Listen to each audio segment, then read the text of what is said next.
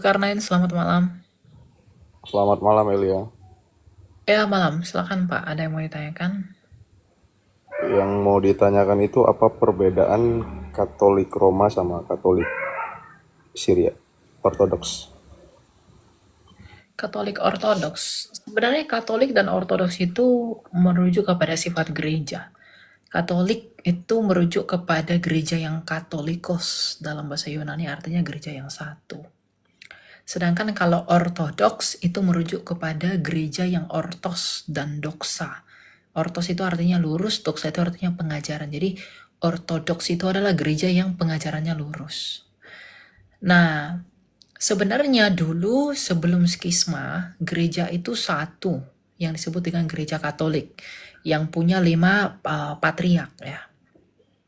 Ada yang di Roma, yang di barat berpusat di Roma, yaitu Roma Katolik.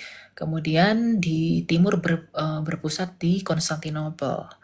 Nah, kemudian pada tahun 1054 terjadi skisma besar yang memuncak pada hal filioque. Kemudian gereja barat memisahkan diri dari empat patriark yang lain yang ada di Alexandria, Yerusalem, dan juga yang di Konstantinopel. Maka kemudian gereja yang di barat tadi menyebut diri mereka dengan gereja Roma Katolik yang dipimpin oleh Sri Paus. Gereja yang di timur, 4 patriark yang tidak bersatu dengan Roma Katolik, mereka menyebut diri mereka sebagai gereja ortodoks.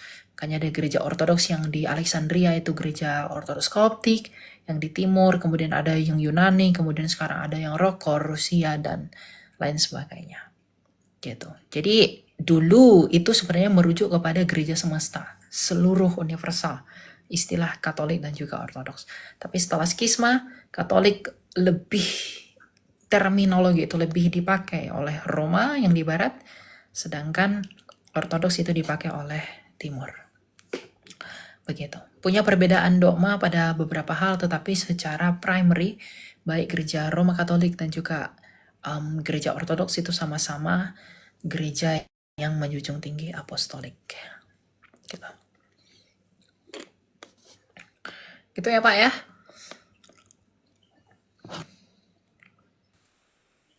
Terus apakah Ortodoks pakai indulgensi juga? Tidak, di Ortodoks tidak ada. Karena indulgensi itu kan itu udah beda konteks karena itu nggak ada kaitannya lagi dengan timur. Indulgensi itu memang datang dari barat. Makanya aku protes kepada indulgensi yang dilakukan Martin Luther, itulah yang menghasilkan gereja-gereja Protestan. Begitu, dan itu nggak ada hubungannya dengan timur. Karena pemberontakan orang Protestan itu nggak ada sangkut pautnya dengan gereja timur. Hanya dengan barat aja, dalam hal ini Roma Katolik. Begitu. Berarti apakah gereja timur sekarang ini tetap memegang teguh prinsip pengajaran yang lurus itu?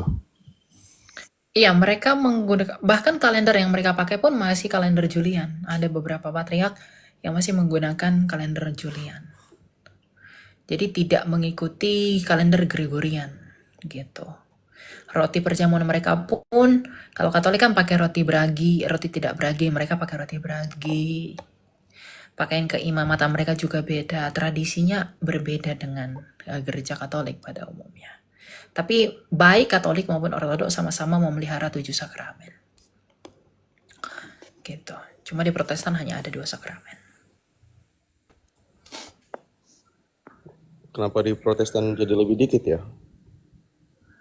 Iya, karena argumentasi Luther, Calvin, dan yang lainnya mengatakan bahwa sakramen itu hanya ada yang dalam kitab suci. Karena Kristus sendiri yang memerintahkan baptisan dan juga perjamuan kudus, yang lain-lainnya tidak, maka mereka memandang, tokoh-tokoh reformasi memandang sakramen hanya 2. Gitu.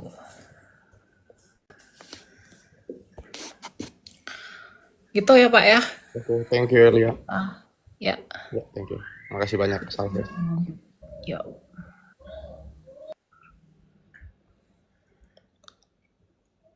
Kita naikin yang lain ya teman-teman. Jangan lupa tap-tap layar seperti biasa, itu tugas kalian. Oke? Biar semakin banyak orang yang mendengarkan Injil. Ya, silakan Yulianto. Shalom, selamat malam Kak. Selamat malam, silakan. Ada yang mau ditanyakan? Ya, ada yang saya mau tanyakan ini Kak, tentang baptisan. Hmm, Karena sempat ada beberapa waktu yang lalu juga cerita-cerita dan istilahnya aku cerita dengan teman-teman tentang baptisan yang kan saya Protestan Kak. Saya waktu itu istilahnya cerita-cerita dengan teman-teman yang di Pantai Costa dan beberapa teman-teman dari eh, yang lainnya tentang baptisan yang kan mereka yang di argumen yang diberikan bahwa mereka meyakini bahwa ya baptis Islam itu adalah baptis yang benar karena yang dia berikan kepada saya itu dia katakan bahwa kalau tidak salah itu di Matius 3 ayat 5 kah dikatakan bahwa eh, siapa yang tidak lahir dari air dan roh itu tidak bisa masuk dalam kerjaan Allah. Nah, sehingga menjadi pertanyaan saya saat ini Kak. Jadi terkait dengan baptisan ini, bagaimana untuk menanggapi bahwa yang kita lakukan sekarang ataupun yang dilakukan teman-teman kita di Pantai Costa dan lain-lainnya itu juga tidak salah dan bagi yang kita lakukan juga tidak salah Kak. iya. Saya nggak tahu forma baptisan di Pentakosta itu apa. Ya, saya nggak tahu. Tapi lebih bisa dikatakan lebih baik salah dalam hal metode, kalaupun itu dipandang salah, daripada salah dalam hal forma baptisan. Ya, ada yang membaptiskan di dalam nama, jadi kok forma baptisannya begini, dibaptis dalam nama Bapa dan Anak dan Roh Kudus, ya itu Tuhan Yesus, itu salah. Karena mengatakan Bapa dan Anak dan Roh Kudus adalah Tuhan Yesus, itu salah. Karena di Kisah Rasul, ada orang-orang yang dibaptiskan ulang oleh Petrus karena mereka hanya dibaptis dalam nama Tuhan Yesus. Karena mereka, Roh Kudus tidak turun karena mereka hanya dibaptis dalam nama Tuhan Yesus. Jadi baptisan itu harus di dalam nama Bapa dan Anak dan Roh Kudus. Lalu bagaimana dengan metode baptisan?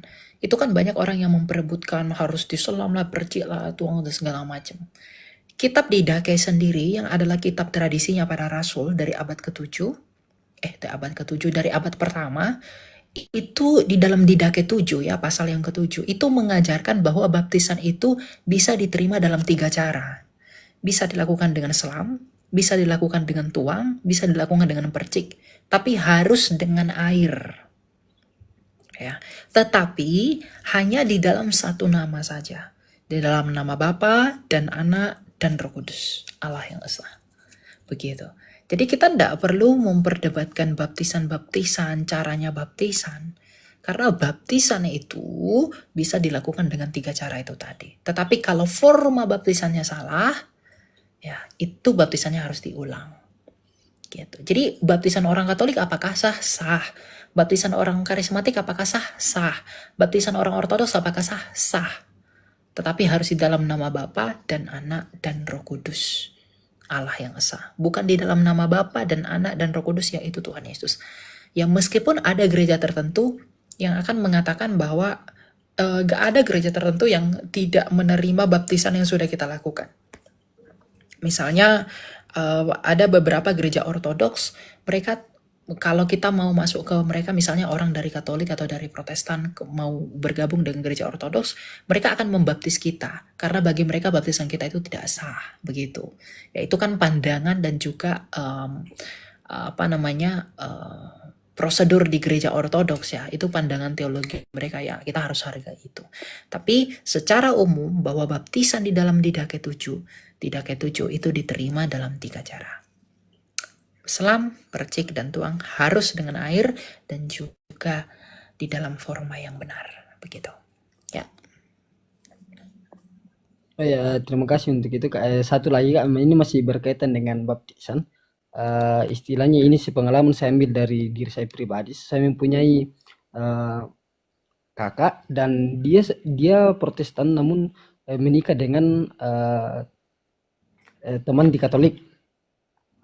Oke. Kemudian ketika karena ini saya punya kakak, dia itu ditarik masuk dalam Katolik. Dan pada saat itu dia datang kepada kami bahwa kepada keluarga dia katakan bahwa saya harus dibaptis ulang di Katolik karena beranggapan bahwa baptisan yang saya lakukan di gereja tempat saya sebelum saya mau menikah ini dianggap tidak sah. Itu yang maksudnya Sebelumnya dari gereja mana? gereja Toraja Kak, Protestan. Iya, gereja apa namanya? Biasanya Katolik itu nggak membaptis ulang loh. Biasanya Hmm, Katolik kalau gereja-gereja yang terdaftar di PGI, mereka tidak baptis ulang. hmm, dia itu dari di Kalimantan Kak. Mungkin Pentakosta ya, gereja Pentakosta ya. Iya Pak, Pentakosta. Iya kalau dari gereja Pentakosta memang dibaptis ulang kalau masuk Katolik. Jadi Iya. dia maksudnya itu Pak permasalahannya di hal itu bisa dikatakan salah di mananya Kak untuk kenapa Itu dibaptis ulang? di formanya, Oh, tata materinya, caranya bukan Kak. caranya, gitu. Oke oke. Siap Kak, terima kasih untuk kedua pertanyaan saya. Shalom. Oke, shalom. Iya, setahu saya gereja Katolik itu, setahu saya ya, koreksi saya kalau saya salah. Kalau dari gereja-gereja PGI dia tidak baptis lagi, ya, karena forma baptisannya dia nggak diterima gitu. Tapi kalau ortodoks setahu saya dia memang tidak menganggap sah baptisan dari gereja di luar mereka.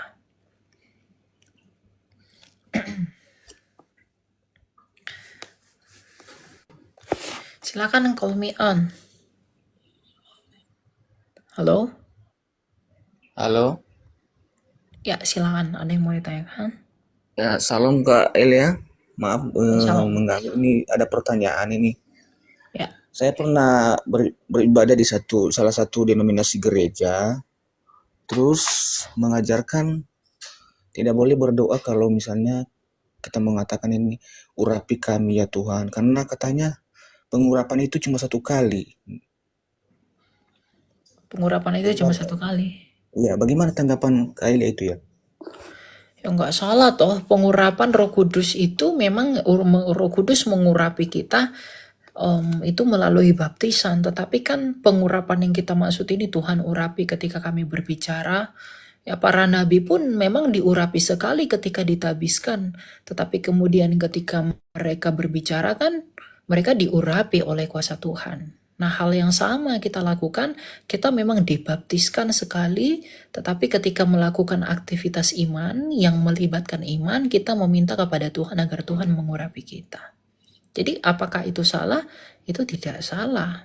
Karena bagaimanapun diurapi atau tidaknya kita, itu bergantung kepada kedaulatan Allah. Apakah ia mau mengurapi kita atau tidak. Tapi satu hal yang pasti, kalau orang dengan rendah hati mau memberi dirinya dibaptiskan, maka secara otomatis sebagaimana janji Kristus, dia akan diurapi oleh Roh Kudus sebagai metra bagi dia untuk hidupnya.